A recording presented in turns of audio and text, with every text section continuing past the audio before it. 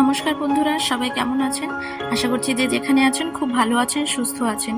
আমি দীপা আপনাদের সকলকে আন্দামান দ্বীপবাসী চ্যানেলে অনেক অনেক স্বাগত জানাচ্ছি। আজকে যে ভিডিওটা শেয়ার করছি সেটা গতকালকের ভিডিও। বেশ কয়েকদিন একটু বৃষ্টিও হয়েছে, তো দেখুন অনেকটা জলও আছে। তো ভাবছি আজকে একটু ফুচকা বানাবো, বেশ ফুচকা খেতে ইচ্ছে করছে। তখন 4:30 বাজে বিকেলবেলা। তো চলুন বানিয়ে ফেলি ফুচকাটা ঘরেই। খুব ঘরোয়া উপকরণ দিয়ে খুব সহজেই বানিয়ে ফেলা যায় ফুচকা। একবার বানালে আপনারা ঘরেই বানিয়ে খাবেন, এরপর আর বাইরে কিনতে হবে না। তো সেই জন্য প্রথমেই আমি আগে 2 কাপ সুজি নিয়ে নিলাম। যে কাপে মেপে নেবেন সেই কাপটা মেপেই নেবেন। 2 কাপ সুজি আর 1 কাপ ময়দা নিয়েছি। আর খুব ভালো করে এটাকে মিশিয়ে দেবো। এটাতে লবণ দেওয়ার কোনো প্রয়োজন নেই। একদম শুকনো নিয়ে তারপরে এতে সামান্য উষ্ণ গরম জল দিয়ে মেখে নিতে হবে। এটাকে খুব ভালো করে মাখতে হবে, একটু চটচটে ভাব করে মাখতে হবে। তো দেখুন আমি উষ্ণ গরম জল দিয়ে এটাকে মাখতে হবে, তাহলে সুজিটা খুব ভালো জলটা সোক করবে। তো সেই জন্য উষ্ণ গরম জল দিয়ে মাখলে বেশি ভালো হবে। তো দেখুন আমি ভালো করে মেখে নিই এটাকে। দেখুন আমি মেখে নিয়েছি, প্রায় বুঝতেই পারছেন এটা কতটা আঠালো হয়েছে। একটু এরকমভাবে নরম করেই মাখতে হবে, কারণ একটু রেস্টে রেখে দিলে সুজিটা জল টেনে নেবে আর একটু শক্ত হয়ে যাবে। তো এটাকে মেখে আমি একটু আধা ঘন্টা রেস্টের জন্য রেখে দেবো ঢাকা দিয়ে।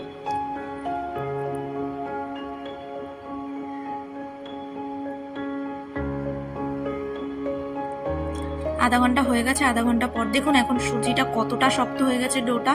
তো এবার এটাকে আরেকবার খুব ভালো করে মেখে ছোট ছোট করে লেচি কেটে নেব। আপনারা অনেকেই ভাবেন যে আমরা যদি এটাকে লেচি না করে যদি একটা বড়োভাবে বেলে নিয়ে তারপর কেটে নিই, তাতে কি হয় এক্সট্রা যে এক্সেসগুলো থাকে সেগুলো পরে মানে একটার সাথে একটা জয়েন করলে ভাজ হয়ে যায়, তখন সেগুলো ভালো ফুলতে যায় না। তো একটু কষ্ট করে এরকম একটা একটা করে লেচি কেটে নেবেন, দেখবেন খুব ভালো হবে। তো আমি সবগুলো সমান সাইজের লেচি কেটে একটু শুকনো ময়দা ভালো করে মিশিয়ে নিলাম, যাতে একটার গায়ে আর একটা না লেগে যায়। তো তারপরে একটা একটা করে বেলে নিতে হবে, খুব আলতো হাতে বেলতে হবে, কারণ বুঝতেই পারছেন খুব পাতলা আর এগুলো খুব বেশি মোটা করলে হয় না। তো দেখুন আমি একটা একটা করে বেলে নিচ্ছি, আর আপনাদেরকেও দেখাচ্ছি যে ঠিক কতটা মোটা হলে এটা হবে। খুব বেশি মোটাও নয়, এবার খুব পাতলাও নয়, সেরকমভাবেই বেলতে হবে, তাহলে খুব ভালো হবে। একবার এরকমভাবে ঘরে বানিয়ে দেখুন, আর কখনো মনে হবে না যে বাইরে সেরকমভাবে কিনে খাই। আর যদি একবার বানিয়ে রাখেন 1 মাস পর্যন্ত এয়ারটাইট কন্টেনারে রাখতে পারবেন। দেখুন থিকনেসটা ঠিক এরকমই হবে। এরকমভাবে একবার বানিয়ে দেখুন, খুব ভালো হয়। আর সব ফুচকা ফোলে 1-2-1টা পাপড়ি পাতলা হয়ে যায় কখনো, কিন্তু অসুবিধা নেই, সেগুলো আবার পরে পাপড়ি চাট করে খাওয়া যায়। তো আর একটা জিনিস দেখুন, এই যে ফুচকাটা রেখে দিয়েছিলাম, উপরের দিকটা যেভাবে রেখেছিলাম আর কি, উপরের দিকটা যেরকম ছিল সেই উপর দিকটা উপর করেই তেলে দেবেন। মানে তেলের যে দিকটা আপনি রেখে দিয়েছিলেন ফুচকাগুলো বেলে, যে দিকটা তলায় ছিল তেলে দেওয়ার সময় যেন সেদিকটা তলাতেই থাকে, তাহলে ফুচকাগুলো একটু ভালো ফোলে আর কি। তো দেখুন আমি একটা একটা করে ভেজে নিচ্ছি। 2-1টা একটু পাপড়ি হয়েছে, দেখুন এগুলো ফুলেছে একটু কম, কিন্তু আরো খুব ভালো ফোলে, সুন্দর ফোলে ফুচকাগুলো। তো দেখুন বেশ সুন্দর করে ভালো করে লাল লাল করে ভেজে নিয়ে তারপরে ফুচকাগুলো তুলে নেব।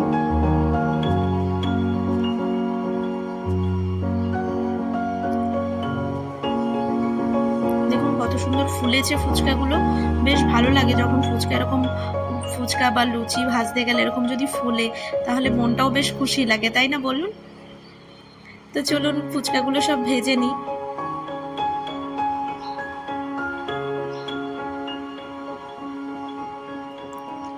ফুচকাগুলো প্রায় আমার ভাজা হয়েই গেছে অনেকটা। এখন আমি আলু মাখাটার জন্য কয়েকটা আলু প্রেশার কুকারে সিদ্ধ দিয়ে দেবো, একটু লবণ দেবো তাতে, আর দেবো কিছুটা কাঁচা ছোলা ভেজানো, আমি আগেই ভিজিয়ে রেখেছিলাম। তো এবার পরিমাণ মতো লবণ দিয়ে একটু জল দিয়ে ভালো করে এটাকে সিদ্ধ করে নেব। এরপরে আমি এটাকে সিদ্ধ বসিয়ে দিয়ে তেঁতুল জল বানানোর জন্য তেঁতুলটাকে আগে থেকে ভিজিয়ে রাখবো। এখানে না এইরকম ধরনেরই তেঁতুল পাওয়া যায়, তো আমি তেঁতুলটাকে গরম জলে একটু ভিজিয়ে রাখবো। তো আলু সিদ্ধ দেখুন আমি খোসা ছাড়িয়ে মাখতে শুরু করেছি। এখানের আলুটা একটু এইরকম ধরনের হয়, একটু চটচটে হয়। তো যাই হোক এরকমভাবেই মাখতে হবে। তো এর মধ্যে আমি বিট লবণ আর সাধারণ এমনি লবণ, একটু কাঁচা লঙ্কাও আমি প্রেশার কুকারে সিদ্ধ দিয়ে দিয়েছিলাম সেগুলো, আর একটু গুঁড়ো মশলা, এই ভাজা জিরের গুঁড়ো, একটু লঙ্কার গুঁড়ো, আর একটু চাট মশলা, আর একটু গরম মশলা দিলেও দিতে পারেন। ব্যাস এই দিয়ে খুব ভালো করে মাখবো। আর আমি মাখতে মাখতে এই লঙ্কার যে খোসাগুলো আছে সেগুলো একটা একটা করে তুলে ফেলে দেবো, কারণ এগুলো ফুচকা খাওয়ার সময় মুখে পড়লে খুব একটা ভালো লাগে না আমার। তো সেই কারণে আমি ফুচকার মধ্যে এই যে আলুটা, সেটা এই আলুর মধ্যে থেকে এই লঙ্কার খোসাগুলো তুলে ফেলে দেবো। তাহলে দেখবেন অতটা ভালো মানে ফুচকা ভালো লাগবে। এটা যদি খোসাগুলো থাকে, খোসাগুলো মুখে পড়লে অতটা ভালো লাগে না। তো ভালো করে মেখে নিয়ে আমি এতে কিছুটা লেবুর রস দিয়ে দিচ্ছি। এখানে গন্ধরাজ লেবু খুব একটা পাওয়া যায় না, খুব রেয়ার। তো পাতিলেবুও পাইনি, তো কাগজি লেবু ছিল ঘরে, সেটাই দিয়ে দিয়েছি।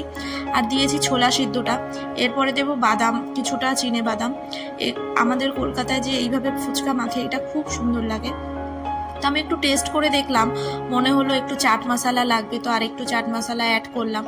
এবার আমি ফুচকার আলুটা খুব ভালো করে মেখে নেব, তারপরে ফুচকার যে টক জলটা সেটা বানাবো। তার মধ্যে আমি কিছুটা আলুর মধ্যে ধনেপাতা কুচি দিয়ে দিলাম, ব্যাস আলু মাখা আমার রেডি।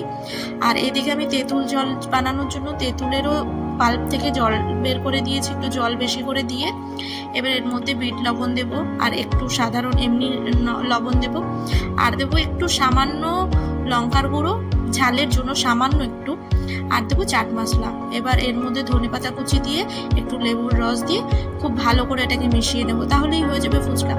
দেখুন কত সহজ বানানো। আর যে ফুচকাগুলো আমি বানিয়েছি সেটা যদি আপনারা একদিন বানিয়ে রাখেন, 1 মাস এয়ারটাইট কন্টেনারে ভরে রাখতে পারবেন। তাতে কি হবে, যখন মনে হবে, অনেক সময় আমাদের মনে হয়, দেখুন ফুচকাগুলো কত সুন্দর ফুলেছে, তো অনেক সময় আমাদেরকে মনে হয় যে ফুচকা খাই, বা সবসময় বাজারে গিয়ে কেনা খাওয়াও সম্ভব হয় না। তো তখন আপনারা এরকম কন্টেনারে ভরে রাখা থাকলে শুধু একটু আলু মেখে একটু টক জল বানিয়ে নিয়েই খেয়ে নিতে পারবেন। তো দেখুন ফুচকাগুলো আমার রেডি। এবার একটা বানিয়ে আমি খেয়ে দেখবো যে কীরকম হয়েছে।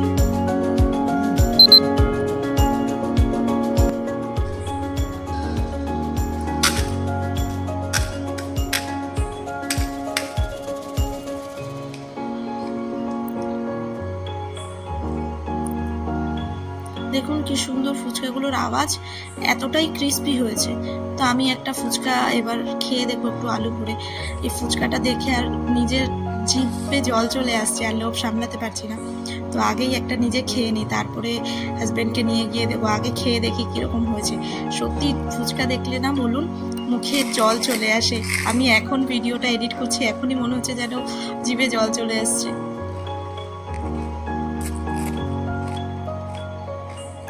তো সত্যি খুব সুন্দর হয়েছে। তো চলুন ভিডিওটা আজকে এই পর্যন্তই শেষ করছি। সবাই খুব ভালো থাকবেন, সুস্থ থাকবেন। ভিডিওটা কেমন লাগলো সেটা আমাকে অবশ্যই কমেন্ট করে জানাবেন। যদি ভালো লেগে থাকে একটা লাইক করবেন, আর এরকমই ভিডিও দেখার জন্য চ্যানেলটা অবশ্যই সাবস্ক্রাইব করে দেবেন। দেখা হবে খুব শীঘ্রই নতুন একটা ভিডিওর সাথে। ততক্ষণের জন্য সবাই